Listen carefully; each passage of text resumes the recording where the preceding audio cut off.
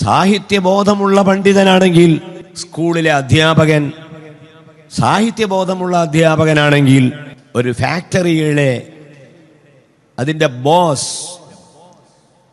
നീതിയെപ്പറ്റി ചിന്തിക്കുന്ന ആളാണെങ്കിൽ അപ്പോൾ മാത്രമേ മാറ്റങ്ങൾ ഇവിടെ ഉണ്ടാവുകയുള്ളൂ.